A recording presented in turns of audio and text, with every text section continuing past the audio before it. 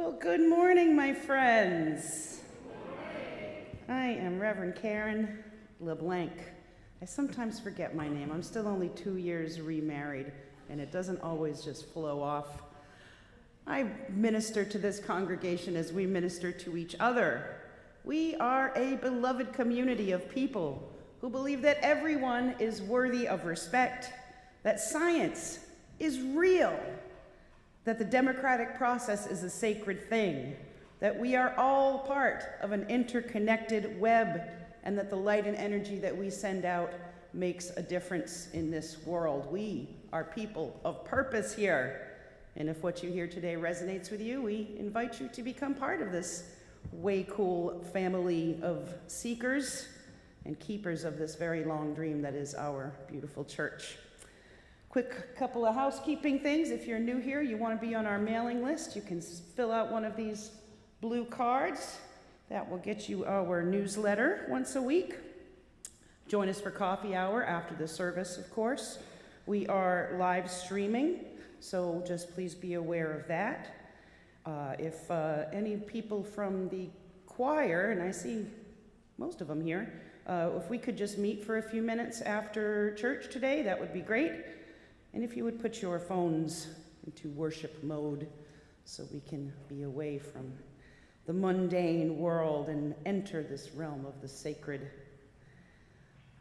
We will light our chalice. Yasmin. The chalice words today are from Audette Fulbright Fulson. This light we kindle is set in the lamp of our history. We inherit this free faith from the brave and gentle, fierce and outspoken hearts and minds that have come before us. Let us be worthy inheritors of this faith, and through our good works, pass it boldly to the next generation. And our opening words this morning are from Karen Johnston. Ancestors who spoke with bravest fire, lend us your senses, that we may know another world is on her way, breathed into life with our participation in her creation. Forebears who led the way where there was at first no way, lend us your persistence, your tenacity, your assurance that the moral arc of the universe does indeed bend toward justice. Ones who went before us, sacrificing for a future not your own, help us to give of ourselves, that common sense, that the common stones in our hands today might be halls of restorative justice tomorrow, sheltering walls of beloved community the day after. It is Sunday morning, the day we gather. Let us be thankful and full of praise to be in the company of those who came before, yet are ever in our midst. Indeed.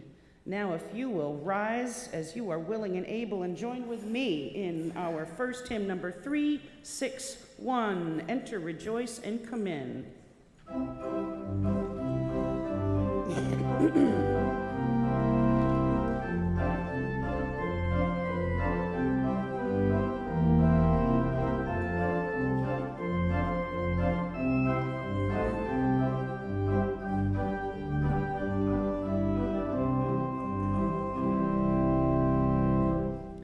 Enter, rejoice, and come in. Enter, rejoice, and come in. Today will be a joyful day. Enter, rejoice, and come in. Open your ears to the song. Open your ears to the song. Today will be a joyful day.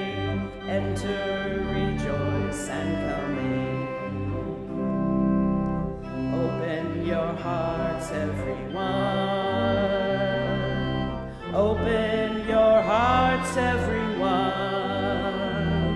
Today will be a joyful day. Enter, rejoice, and come in.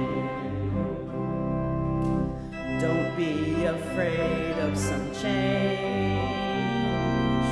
Don't be afraid of some change. Today will be a joyful day. Enter, rejoice, and come in. Enter, rejoice, and come in. Enter, rejoice, and come in. Today will be a joyful day. Enter, rejoice, and come in. Please take the time to greet one another this morning.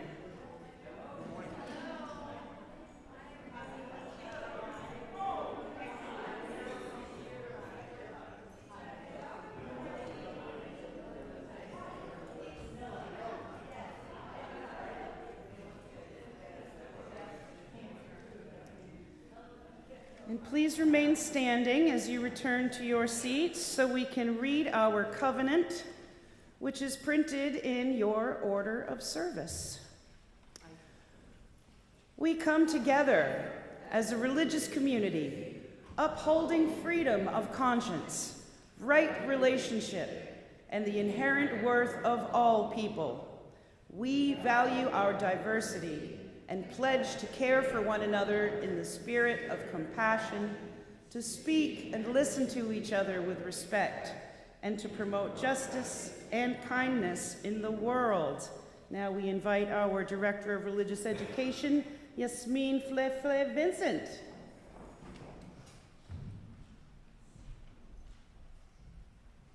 Good morning, everyone. Happy October.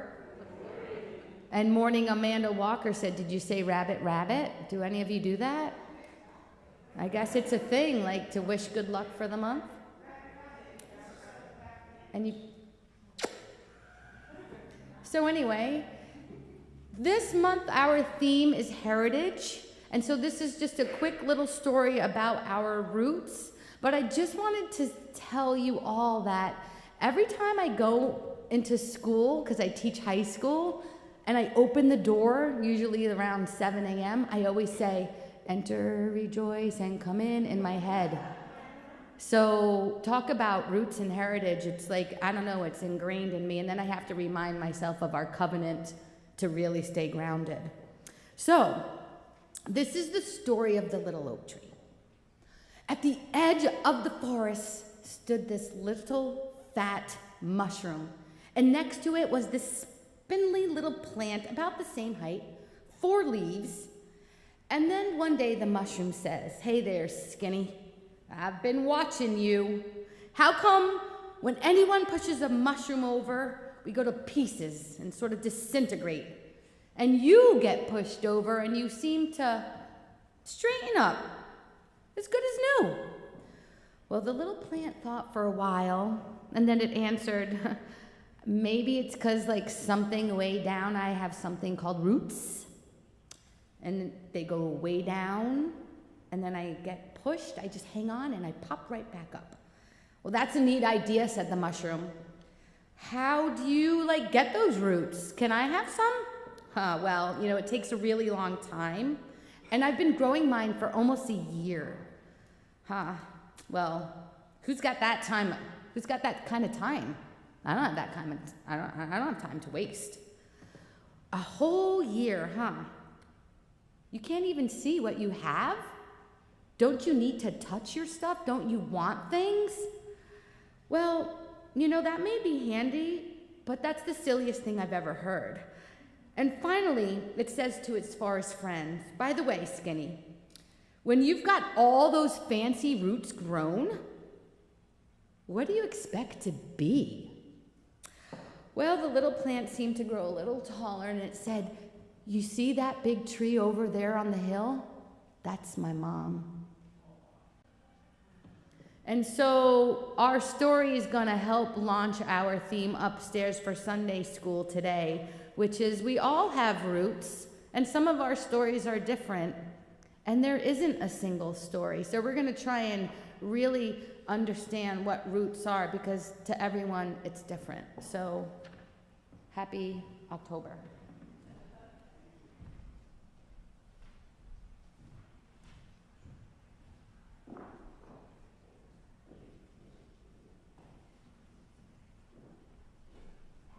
Thanks, Yas. And now we will send the young man off to, we can't call him a child. He's not a child anymore, for goodness sakes. He's a young man. Once you reach my height, you're officially a young man. Now is the time in our service where we share with each other our joys, our concerns. If you have something you would like to share, please come on up and share it.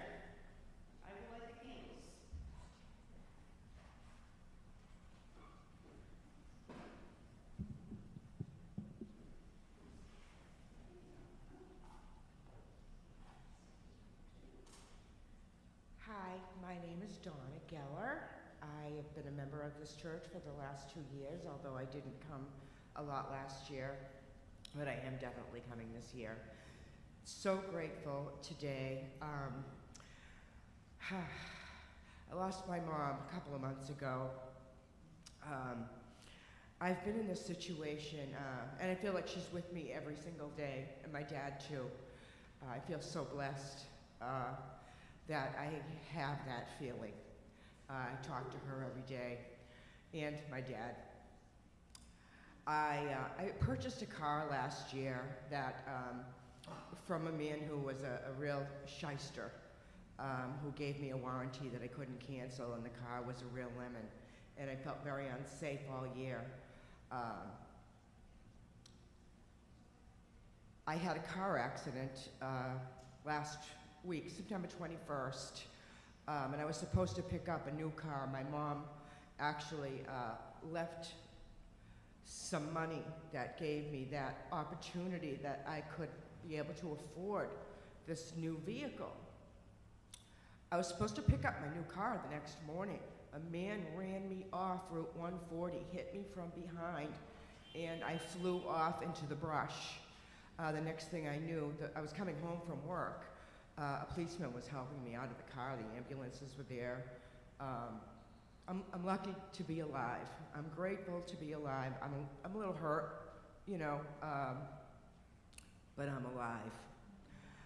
And I ended up going to this place. It was Kia in Swansea, and I met this salesman. His name is Jerry Benoit, and he said to me a saying that my dad used to say, and I knew it was the right place and it was okay for me to buy this car. He said, bingo, bango, bongo. It was something that my dad used to say, bingo, bango, bongo, and I got the chills. I'm getting them now as I say it. And I said, I know that it's okay for me to buy this car. And so I have it with me today. I picked it up yesterday. I feel safe. They gave me paperwork. The shyster never gave me paperwork. They said, that's one of the first signs that this isn't a good thing, you know? He was embezzling from the company that he was working for. But anyway, I'm safe, I'm alive. I'm so grateful to be back at this church. I have wonderful friends, just so grateful. And thank you for listening to me. I hope I didn't go on too long. Glad to be here. We're glad you're here too.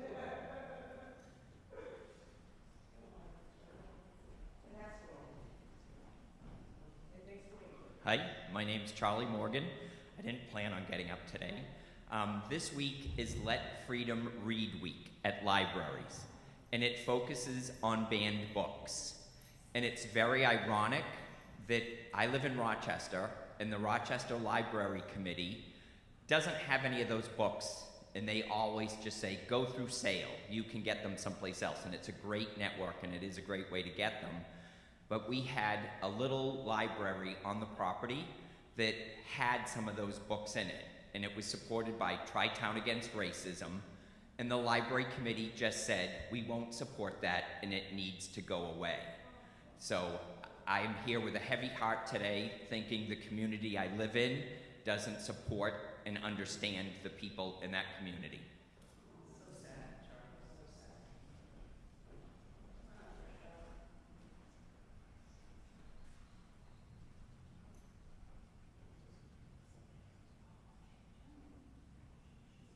So I have a joy and a concern. My son, my oldest son, is upset with us and will not let us see our granddaughters. So that's a really big concern. The joy is that we are going to be going to Europe for 3 weeks. So you're not going to see us, but we're not sick or hurt or anything like that. We're going on a little trip. So we're leaving Wednesday.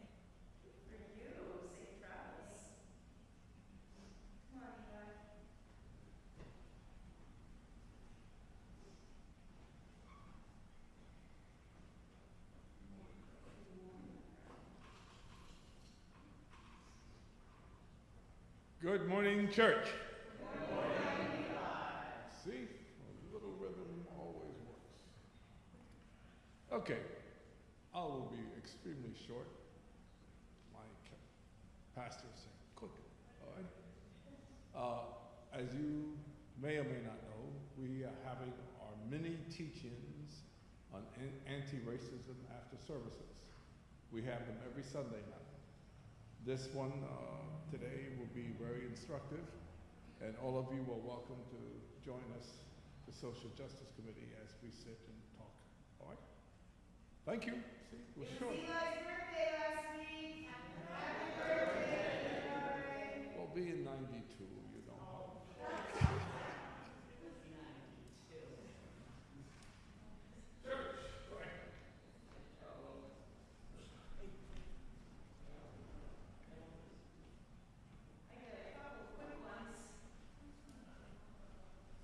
Good morning, Tony Ann. Okay. First, I have a happy birthday to my sister Katie, who I'm not going to give her age out to the world today, but it is her actual birthday, October 1st. I do Rabbit too. I don't know who else does that. Also, Reverend Dan Harper, who is a former minister of this church, is being installed at the parish in Cohasset today. So we wish him the best of luck in his new ministry there. I'm sure we will do a pulpit swap at some point. Oh, their services are early and it's an hour away. I dread it. No, I would love to do that. And the other thing was, we've got 2 new pieces of art here in our parish hall, right in the hallway and at the top of the stairs as you're going down into the parish hall. And those are donated by Larry Jackwith, and we are so pleased and thankful that he was kind enough to donate those beautiful pieces of art to our church. And I lit 2 final candles, as is our practice here, one for all the joys and the concerns we hold in our hearts today, and one for all those people out there who do not have a great and supportive and lovable community like ours to come and share with.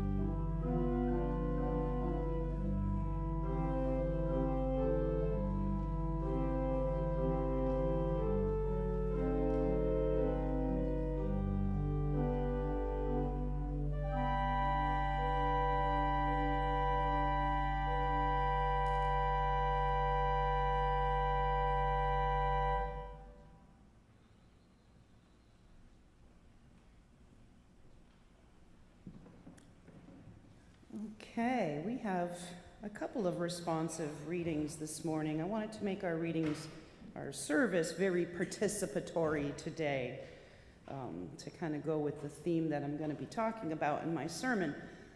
And usually when we have responsive readings now, we would print them in the order of service, but we're going old school today. You're going to have to look up the reading yourself. Both of them. I know, it's a lot, but I'm going to give you time. So the first responsive reading is number 568. 568. In your hymnal. I've always wanted to do this reading, and I never have. It's from Marge Percy, called Connections Are Made Slowly, the Seven of Pentacles. So I will read the regular type if you will answer with the italics. Connections are made slowly. Sometimes they grow underground.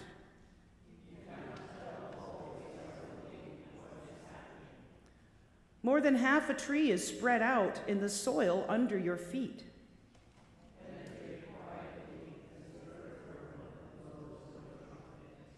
Fight persistently as the creeper that brings down the tree.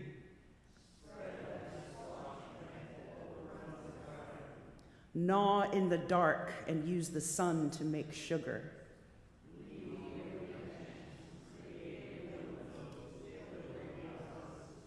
Live a life you can endure. Make love that is loving.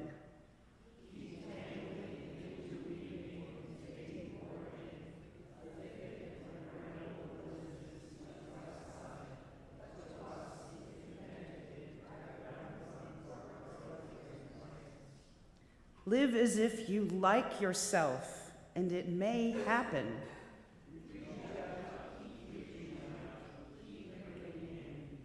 This is how we are going to live for a long time. Not always.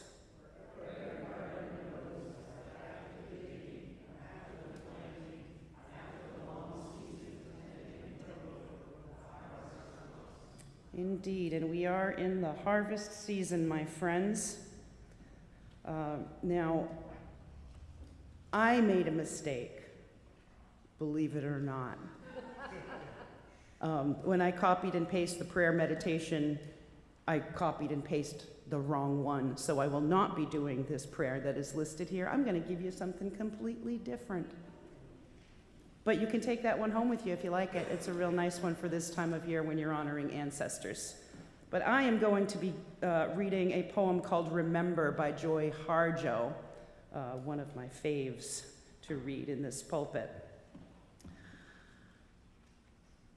So let us enter into the spirit of prayer and meditation. Take a few deep centering breaths.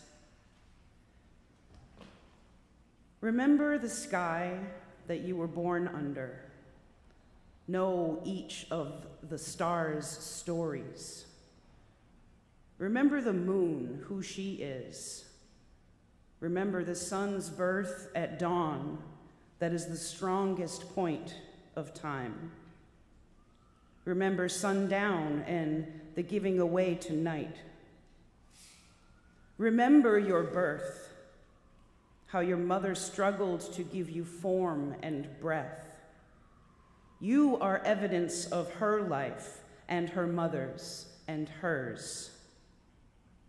Remember your father. He is your life also. Remember the earth whose skin you are in. Red earth, black earth, yellow earth, white earth, brown earth. We are earth. Remember the plants, trees, animal life, who all have their tribes, their families, their histories too. Talk to them. Listen to them. They are alive poems. Remember the wind. Remember her voice. She knows the origin of the universe. Remember you are all people and all people are you. Remember you are this universe and this universe is you. Remember, all is in motion, is growing, is you. Remember, language comes from this. Remember, the dance language is that life is. Remember, remember.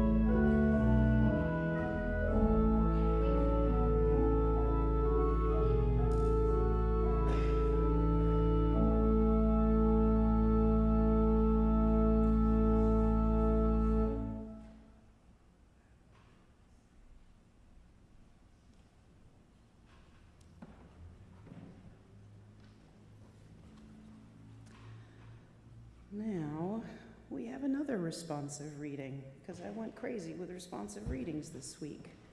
Our second reading is 657, number 657, from the great educator and Unitarian Sophia Lyon-Fahs. 657, same rules apply. I'll read the plain type, you answer with the italics.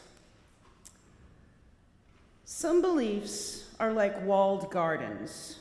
They encourage exclusiveness and the feeling of being especially privileged.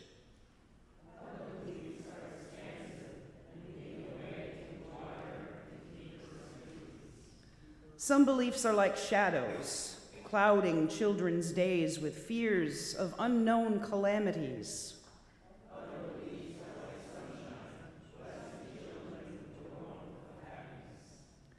Some beliefs are divisive, separating the saved from the unsaved, friends from enemies.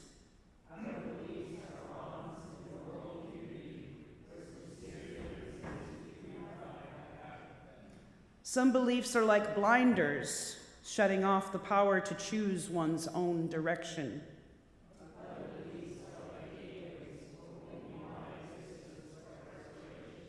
Some beliefs weaken a person's selfhood. They blight the growth of resourcefulness.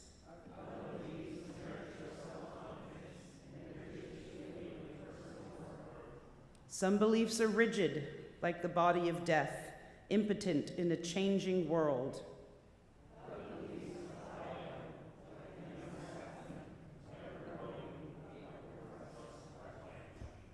This will all make sense during my sermon. Trust me.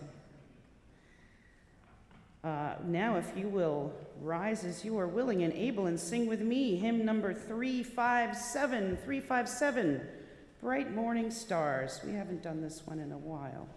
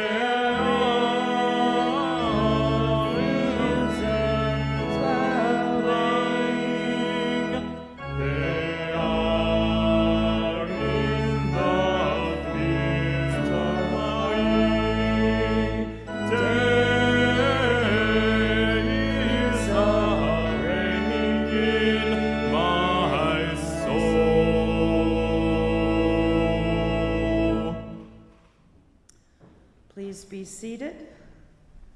Now is the time in our service where we ask you for your very kind donations towards the many, many good works of this church.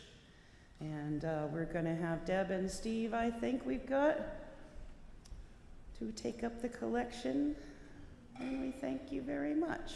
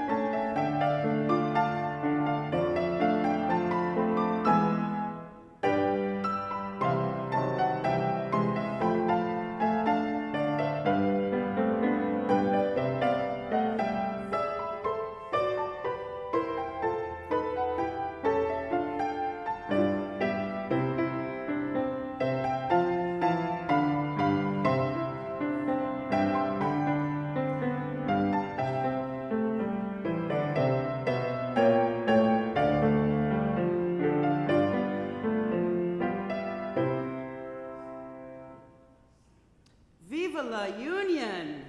Indeed. Thank you, Randy. So before we even start our sermon, we're going to thank you for that and give some solidarity to our brothers and sisters at the UAW, and a congratulations to those who have been striking for, I don't know, remember how long anymore with the Actors and Writers Guilds. That's finally over. So this is how unions work. This is how people get their rights. Viva la Union! So this month's Soul Matters theme is heritage. Now that can be kind of a loaded term these days, can't it? When I think of the word right now, the first thing that pops into my head is how people who fly the Confederate flag claim that it's not hateful, but heritage, and that no one has the right to take it from them. But what are they claiming as their inheritance, when they know full well that the Confederate flag for many, many people in this country represents slavery, racism, and hate? What is it in that heritage they are proud of, considering most people of color in this country find that symbol a threat or even a promise of violence? What do they mean when they say the South will rise again or make America great again?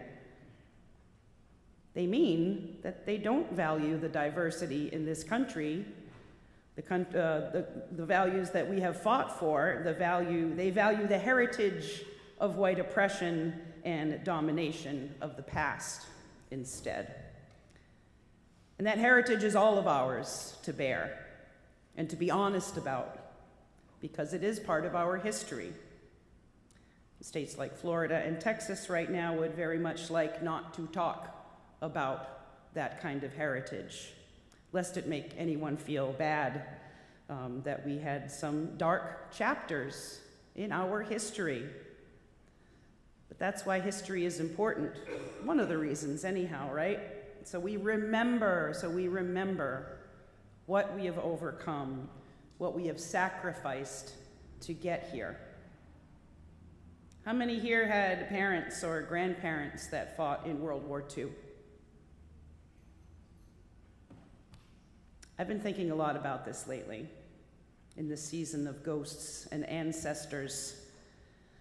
I wonder what would happen if all of those who fought and died to keep this world safe from Nazis in that war rose from their graves to have a look around and see what's been happening in our country and in other countries right now. If they could see Nazis marching in the streets of the United States in 2023 with their grandsons and great-grandsons shouting, "Jews will not replace us," and blood and soil, what would they think? Can you even imagine? I can imagine they would be crying with anger and shame, and maybe even think for a moment that their sacrifice was for nothing. I apologize for waning macabre, but it really is something I've been thinking about a lot. It's been rolling around in my mind. But what I really want to talk about is our heritage as Unitarian Universalists. Now, our church and Unitarianism as a whole has no lack of heritage, and we tend to be rather proud of our history. We do have a lot of it, after all, and mostly it is something to be proud of. But we tend to like our history well-polished and shiny, though we have no lack of the dinginess of exclusivity and racism and sexism, etc., that any other institution with this much history to contend with acquires over generation after generation. So what kind of baggage do we carry when we embrace our often heavy heritage alongside our present reality and hopes for the future? Does it hold us back or teach us from experience? Can it be both? Maybe. What do we miss when we too often look back instead of forward? What do we lose when we forget? When does our humanity finally become more important than our history? It's a lot to ponder, and these are some good conversation starters for us in the work we're doing here. What kind of action do we take toward righting the wrongs of our heritage?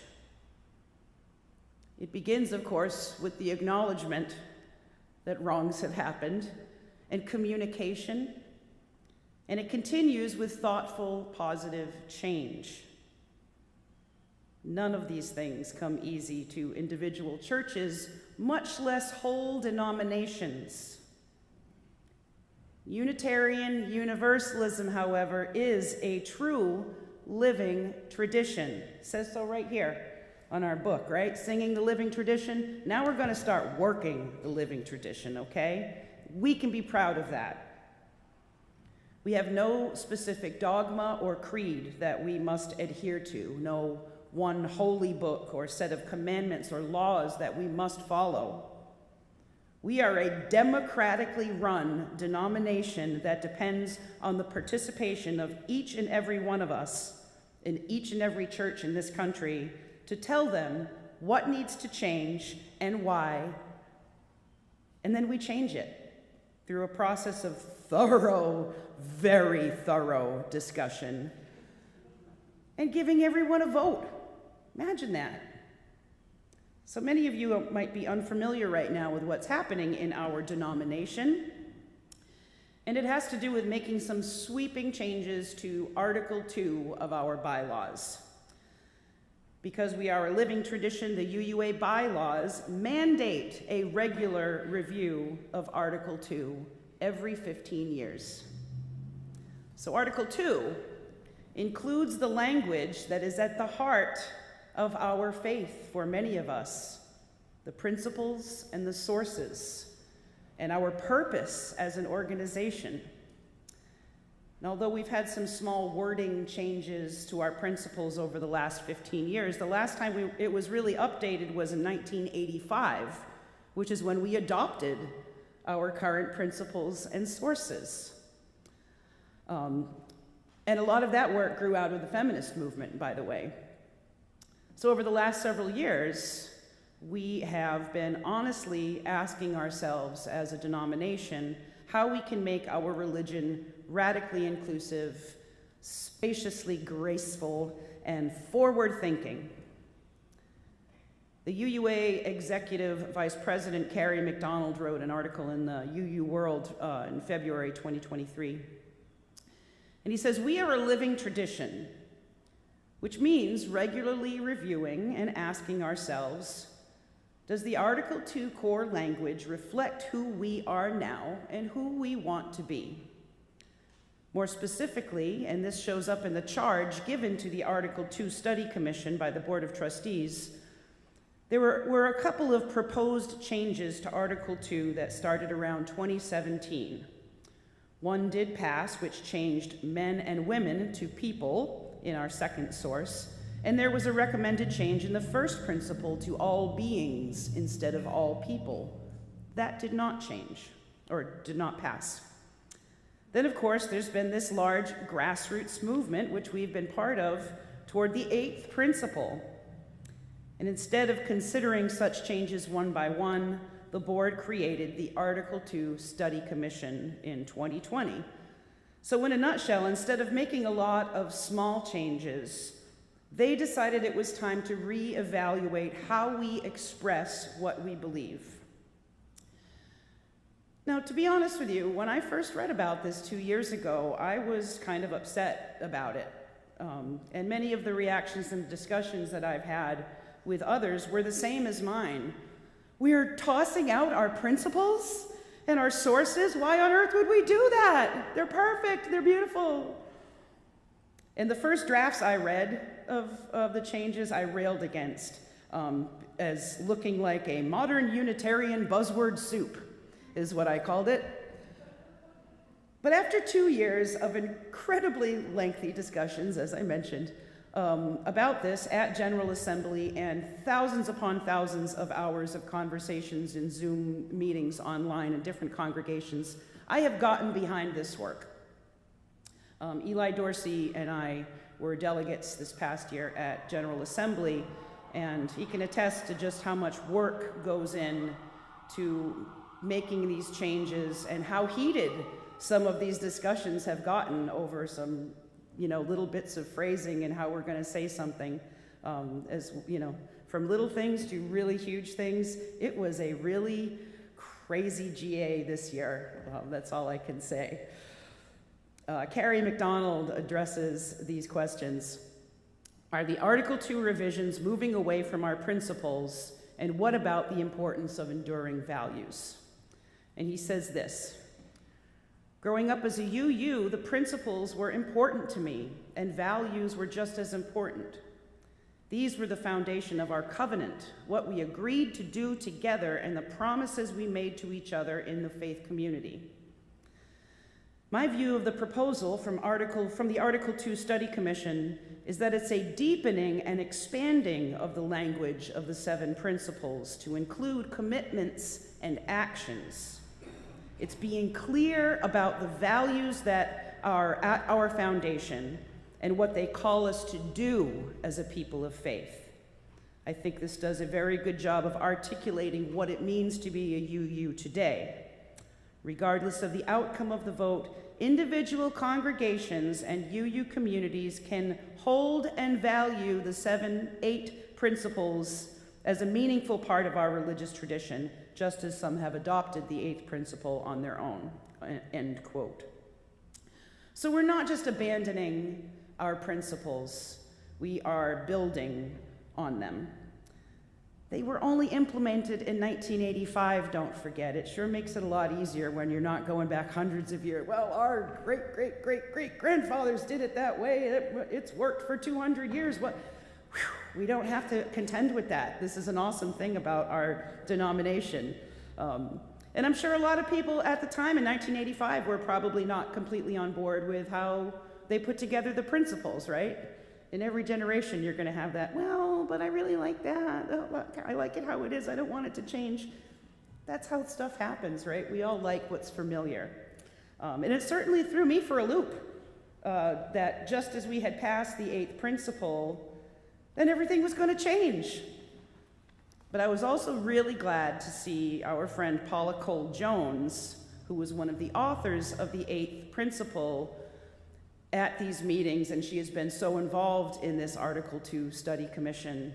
And so that gave me lots of hope that this is going to be something great, and I hope so. Someone in the early stages of this process, and it might have even been Paula Cole Jones, made the simple observation that we list all of these things that we affirm and promote, but, quote, there aren't a lot of verbs in there. In other words, our principles tend to be passive, and the times that we live in call for action. It's easy to say, we're welcoming and inclusive, that's what we believe in, or we're anti-racist, right? But it's much harder to say how we are going to go about doing those things in the real world, right? Doing is much, much harder than saying we're going to do it. So Cary McDonald concludes his article by saying, I really understand this is a test of our living tradition. These are big conversations. They're really important ones. We want people to feel like whatever their experience is, it is valid. We want them to participate. We want them to share. We want them to be able to sit with this new language for a while and think about what it really means. Does it feel like it captures being what a Unitarian means to you? And what do you want it to mean? We want people participating and helping to shape their faith. That is something that is distinct about Unitarian Universalism. The understanding that we can all shape our faith. It's not held in the hands of a bishop or a sole leader, but it is part of our individual calling.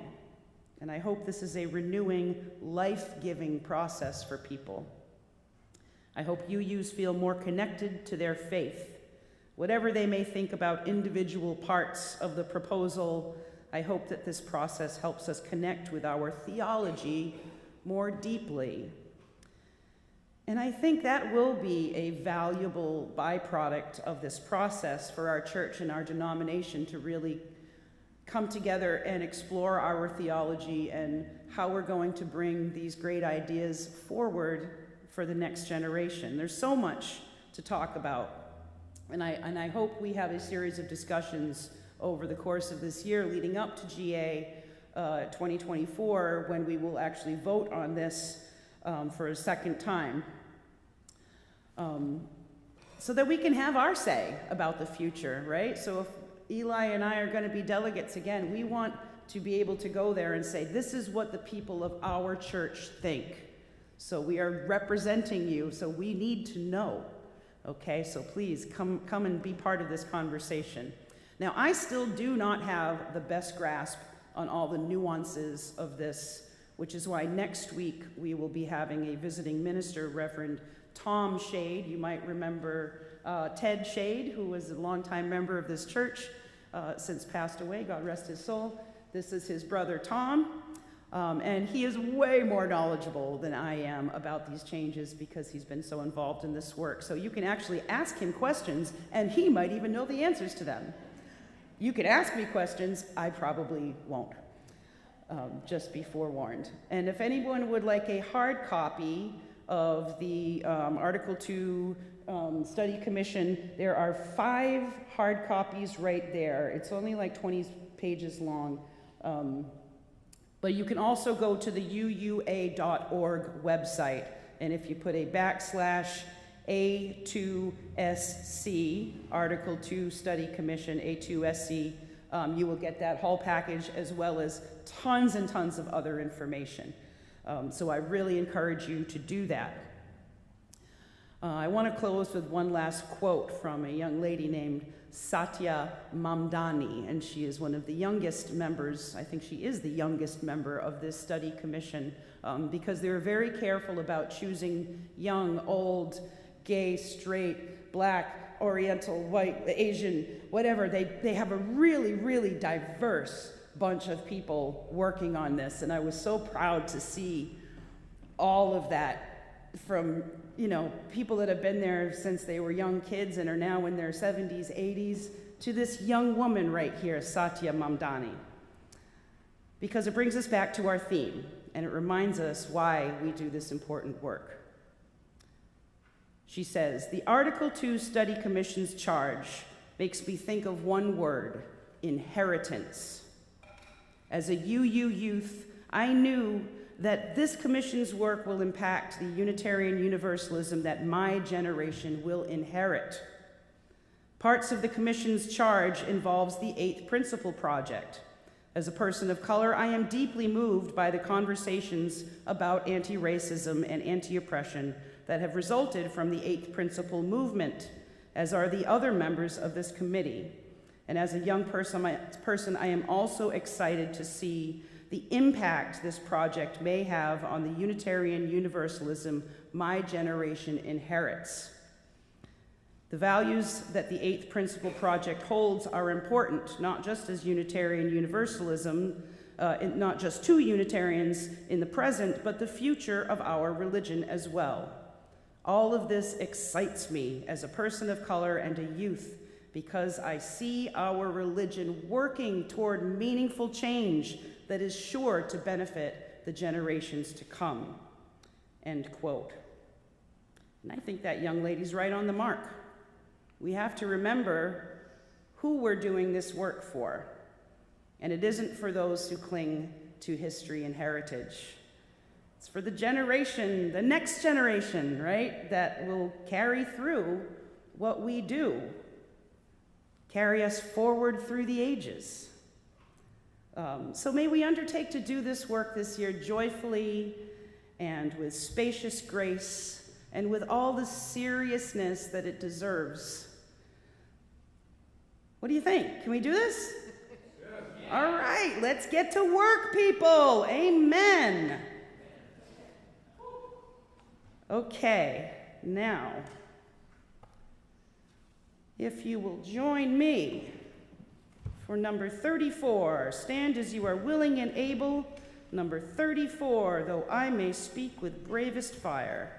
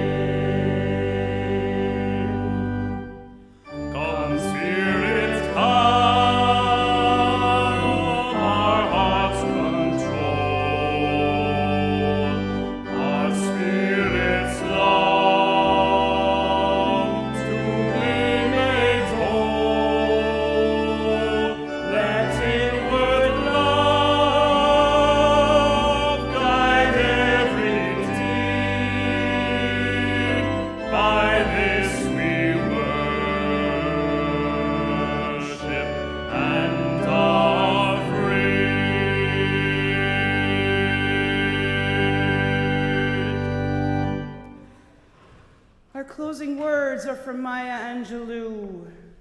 History, despite its wrenching pain, cannot be unlived, but if faced with courage, need not be lived again. Lift up your eyes upon the day breaking for you. Give birth again to the dream. Amen, my friends, amen. Hold fast.